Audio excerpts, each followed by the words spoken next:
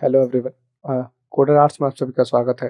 मेरा नाम अभय कुमार तिवारी है और आज के इस वीडियो के लेक्चर सीरीज में हम सीखेंगे कि किस प्रकार से हम एक लॉगिन स्क्रीन को क्रिएट कर सकते हैं, उस लॉगिन स्क्रीन के डिज़ाइन को इम्प्लीमेंट कर सकते हैं और जैसे कि हमें किस तरह से किसी भी लॉगिन स्क्रीन को होना चाहिए और एक बेसिक लॉगिन स्क्रीन जो हम अपने प्रोजेक्ट में यूज़ करते हैं और बनाते हैं, सो हम इस वीडियो में सीखेंगे। सो आइए देखते हैं। सबसे पहले हमारे पास वो जो भी होगा वो फीचर होगा। फीचर के अंदर हमारे पास एक फ्रैगमेंट बनेगा। फ्रैगमेंट के अंदर जो है हमने डाला है यूआई।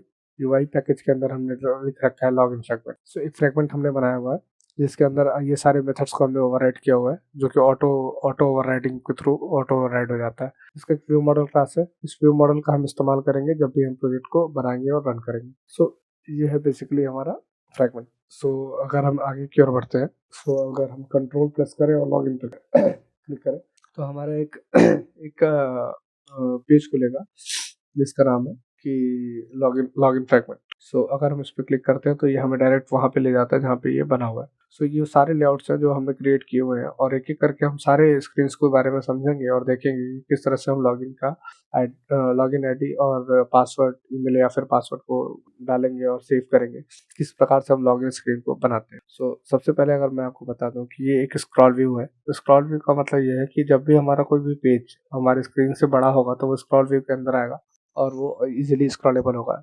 और अगर मान लीजिए हमने इसको हॉरिजॉन्टल लेआउट में कर दिया और इसका ओरिएंटेशन चेंज कर दिया, सो उस ओरिएंटेशन में बेसिकली स्क्रीन की यूआई डिस्टर्ब ना हो, इसकी वजह से हम इसको स्क्रॉल व्यू के अंदर डालते हैं। इस स्क्रॉल व्यू के अंदर अगर आप देखेंगे तो इसके कंपोनेंट में हमने एंड्रॉइड विड्थ और हाइट दे दिया जो कि मैच पेरेंट है। यहाँ पे कॉन्टेक्स्ट दे दिया है कि इस किस पेज से ये बिलोंग करता है। ठीक है। इसके बाद अगर हम देखें तो कॉन्स्टेंट लेआउट हमने एक बनाया हुआ है। इस कॉन्स्टेंट लेआउट का मतलब ये है कि जो भी डेटा है वो इस कॉन्स्टेंट लेआउट के अंदर होगा। इसका जो हाइट है वो हमने दे रखा है मैच पेरेंट और जो विड्थ है वो भी हमने दे रखा है मैच पेरेंट। हमने इसमें एक आईडी दे रखी है जिस आईडी का नाम है मेन लेआउट। मतलब इस लेआउट के अंदर कॉन्स्टेंट लेआउट का जो है वो कोर मेन लेआउट है, इसलिए हमने इसका नाम मेन लेआउट दे रखा है। इसके बाद अगर हम चेक करेंगे तो ये टैब लेआउट है। ठीक है।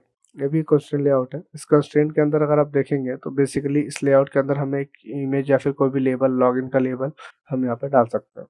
ठीक है। इस प्रोजेक्ट के अंदर अगर हम देखें तो जैसे एक अगर आप देखेंगे तो यहाँ पे एक राउंडेड बटन बॉटम कॉर्नर वाला यूआई मैंने यूज किया हुआ है। सो ये बेसिकली एक बैकग्राउंड मैंने बनाया हुआ है, उस बैकग्राउंड को मैं यहाँ पे यूज कर रहा हूँ इस लेआउट के अंदर, ताकि यहाँ पे मैं अपना लोगो लगा सकूँ या फिर कोई और डिजाइन को इम्प्लीमेंट कर सकूँ। तो ये देखते हैं राउंडेड बटन कॉर्नर क्या होता है। अगर हम कंट्रोल दबाकर इस पर क्लिक करेंगे तो हमारे पास एक और ड्रावल फाइल मिलेगी जो कि ड्रावल के अंदर होगा। जैसे आप इस पर क्लिक करेंगे तो आपको ड्रावल फोल्डर के अंदर ले जाएगा। सो ये वो ड्रावल फोल्डर है जो कि बैकग्राउंड में यूआई क्रिएट करके हम यूज करते हैं। सो इसमें अगर आएंगे तो देखेंगे हमारे पास एक लेयर की लिस्ट है जिसके अंदर 2 आइटम्स हमने डाल रखे हैं। ठीक है। इसको अगर हम थोड़ा सा इसको स्क्रीन को बढ़ाते हैं और यहाँ पे कोड को ध्यान देंगे तो इसके अंदर हमने पैडिंग दे रखी है लेफ्ट और राइट में, जो कि 0 dp है और टॉप से भी 0 dp है। ठीक है। तो हमें सेव चाहिए रेक्टेंगल, तो हमने एक रेक्टेंगल सेव दे दिया। ठीक है। फिर हमारे पास दूसरा आईडी है आइटम 16 dp जिसकी वो है। ठीक है। 16 dp के अंदर अगर हम देखेंगे तो ये सारी चीज़ें यहाँ पे मौजूद है। सो इस शेप के अंदर अगर हम देखेंगे तो ये शेप जो है वो रेक्टेंगल है। रेक्टेंगल के अंदर हमने प्राइमरी कलर दे रखा है जो कि इसका कोड है। वहाँ पे हम कलर डॉट एक्सएमएल में जाकर हम चेक कर सकते हैं कि कौन सा कोड दिया हुआ। इसके अंदर हमने एक कॉर्नर दे रखा है जिसका रेडियस 16 dp और लेफ्ट रेडियस और राइट रेडियस बॉटम के 16 dp की हमने दे रखा है। सो ये पूरी फाइल हम यहाँ पे क्रिएट करके और वहाँ पे यूज करने वाले हैं। ठीक है। सो हमारे पास कुछ खास रॉकेट साइंस नहीं है इतना। आप भी बहुत इजीली इसको क्रिएट कर सकते हैं राउंडेड कॉर्नर वाले ड्रावल फाइल को।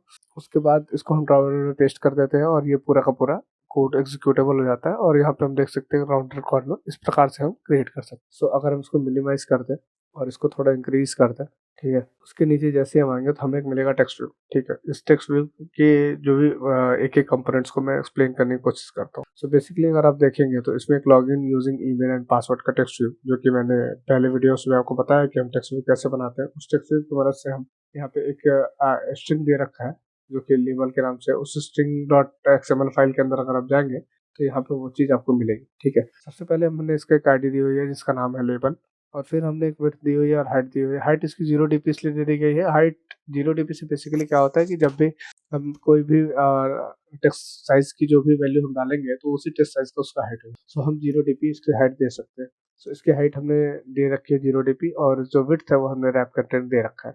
हमने ऊपर से एक मार्जिन दे रखी है, इस मार्जिन दे रखी है चारों ओर से 20 dp की। ठीक है। सो ताकि वो 20 dp साइड से चारों ओर से वो दबी रहे। और हमने मार्जिन से ऊपर की ओर मार्जिन बढ़ाने के लिए हमने 4 डीपी और इनहेंस करने के लिए एक और 24 डीपी की मार्जिन दे रखी है।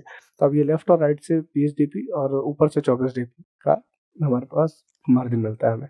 उसके बाद हम जाते हैं तो इस लेबल के अंदर जाएंगे अगर, तो ये एक string.xml के अंदर फाइल बनी हुई है, तो यहाँ पे एक लेबल हमने डाल रखा है और इसी स्ट्रिंग का यूज़ कर सकते हैं, ताकि मान लीजिए अगर कहीं और भी इस स्टेटमेंट का यूज़ करना हो या फिर दूसरे भाषाओं में अगर हमारे ऐप को करना हो तो लोकलाइजेशन में इस तरह से मदद हो पाती है हमारी। सो हम फिर से लॉगिन स्क्रीन पे जाते हैं। यहाँ पे हमने वो लेबल दे रखा है, टेक्स्ट का कलर दे रखा है color.xml वाले फाइल से। उसके बाद टेक्स्ट का साइज हमने 24 SP दे रखा है, ठीक है, और टेक्स्ट का स्टाइल हमारे पास बोल्ड है। सो अगर हम देखेंगे तो यहाँ पे एक बायसनेस भी दे रखी है जो कि कंस्ट्रेंट लेआउट के टर्म्स है, जिसको आप गूगल करके इंटरनेट पे और भी अच्छी तरह से एक्सप्लेन करके पढ़ सकते हैं। सो यहाँ पे ईमेल एडिट टेक्स्ट में जाएंगे तो यहाँ पे हमने Google material email edit text बनाया हुआ, जिसमें हमने ईमेल और पासवर्ड का दो कॉलम बना रखे हैं। सो यहाँ पे हमने ईमेल डाल रखा है और यहाँ पे हमने पासवर्ड डाल रखा है। सो ये दोनों टाइप के एडिट टेक्स्ट है जिसको बनाने के लिए हम उसका यूज करते हैं। और आखिरी में हमने एक बटन बनाया हुआ है, इस बटन का नाम है लॉगिन। ये लॉगिन टेक्स्ट डाल रखा है। तो आइए इसके भी एक ही कंपोनेंट को हम पढ़ने की कोशिश करते हैं। इसका विड्थ जो है वो हमने 0 डीपी दे रखा है, मतलब कि पूरे पूरे स्क्रीन को कवर अप करेगा। तो इसका हाइट जो है वो रैप कंटेंट, मतलब जो भी हम टेक्स्ट डालेंगे उसके कंटेंट के हिसाब से वो अपने हाइट को मैच करेगा। हमने एक आईडी दे रखी है जिसका नाम है लॉगिन बटन, और हमने एक टेक्स्ट कलर दे रखा है जिसका बैकग्राउंड कलर है प्राइमरी। और कलर प्राइमरी के अंदर अगर हम जाके देखेंगे तो टेक्स्ट के अंदर लॉगिन डाल रखा है हमने, और ये कंस्ट्रेंट लेआउट के सारे कंस्ट्रेंट्स हमने सेट कर रखे हैं। मार्जिन जो लेआउट का मार्जिन है वो ऊपर से 20 डीपी दे रखे हैं। उसके बाद नीचे हम एक और टेक्स्ट व्यू यूज कर रहे हैं जिसका नाम है फॉरगेट पासवर्ड। इस पर क्लिक करने से आदमी फॉरगेट पासवर्ड वाले पेज पे जाएगा, और यहाँ पे एक बटन बन रखा है जिसका नाम है रजिस्टर। तो इसके अंदर भी हमने एक रजिस्टर के लिए अलग पेज बना रखा है। सो आज के इस वीडियो में इतना ही, और हम समझते हैं इस वीडियो में हमने समझा कि हम किस तरह से किसी भी एक नॉर्मल लॉगिन स्क्रीन को बना सकते हैं और डिजाइन करके डेवलप कर सकते हैं।